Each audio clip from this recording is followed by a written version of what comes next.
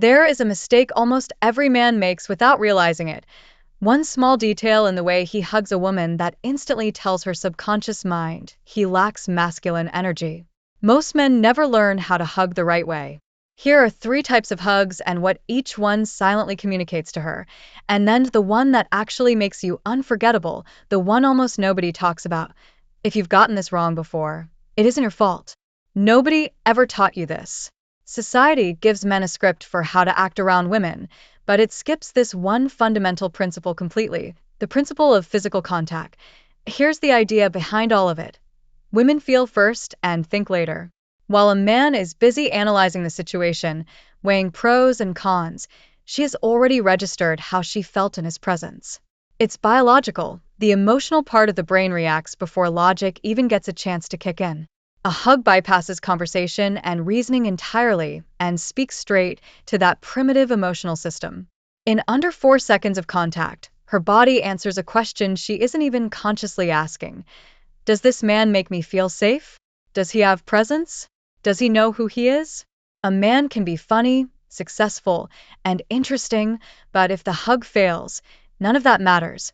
Her body overrides everything else. So here's what to avoid. The first mistake is the weak hug. Arms barely touching, body kept at a distance, almost no real contact. Sometimes just one arm, the classic side hug. This communicates uncertainty and hesitation. It tells her subconscious that he isn't sure of himself. She won't think this consciously, but she'll feel it, and that feeling sticks. The second mistake is the opposite extreme, the overly aggressive hug. Squeezing too hard, holding on far too long, or letting hands wander somewhere inappropriate for the moment. That isn't masculine confidence, it's an invasion of space. What she feels is discomfort, and the question that surfaces is, does he even respect my boundaries? The moment that doubt appears, attraction disappears with it. The third mistake is the most overlooked, what you could call the absent hug. This is when a man is physically hugging her, but mentally somewhere else, glancing around, tense, holding his breath, or pulling away abruptly like he touched something hot. It's physical presence without real presence. She's left feeling like he was there, but not really with her. In some ways, that's worse than the weak hug. Now here's what actually works, the grounded, masculine hug. It's firm, intentional, and stable. You don't hesitate, you lead. Feet planted, real physical stability, because stability in the body communicates stability in the emotions. One hand between her shoulder blades, the other at the middle of her back, chest to chest, with steady, constant pressure, firm but never crushing, and you don't let go too soon. Breathing matters here too. Staying relaxed and breathing normally during the hug keeps the whole interaction calm, and that calmness is contagious. If you relax, she picks up on it and her body responds in kind. Timing matters as well. Somewhere around 2 to 4 seconds is the sweet spot. Long enough that it isn't a quick, forgettable tap, but not so long that it becomes awkward. Just enough for her to register that this is a man who knows what he's doing, and importantly, you're the one who ends the hug, not her.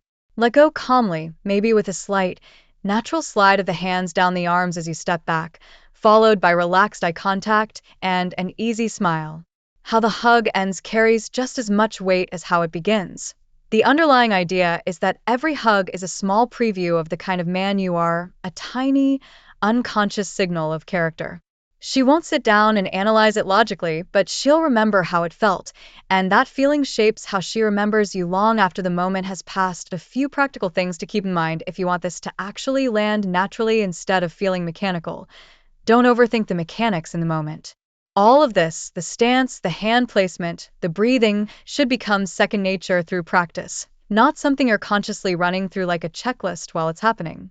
If you're mentally narrating your own actions mid-hug, you'll come across exactly like the absent hug described above, physically there but distracted. Confidence isn't something you can fake through posture alone.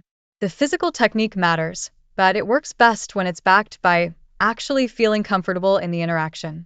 If you're nervous, the tension will show in your shoulders, your breathing, and the stiffness of your arms regardless of how you position your hands. Context matters a lot too. A hug with someone you've just met, a close friend, or a long-term partner all call for different levels of closeness and duration. What feels warm and confident in one context can feel presumptuous in another. Reading the situation and the other person's comfort level always comes first, before any of the technical details about hand placement or timing. Finally, this is really just one small piece of a much bigger picture. Genuine presence, self-assurance, and paying attention to another person as an individual will always matter more than mastering any single physical gesture.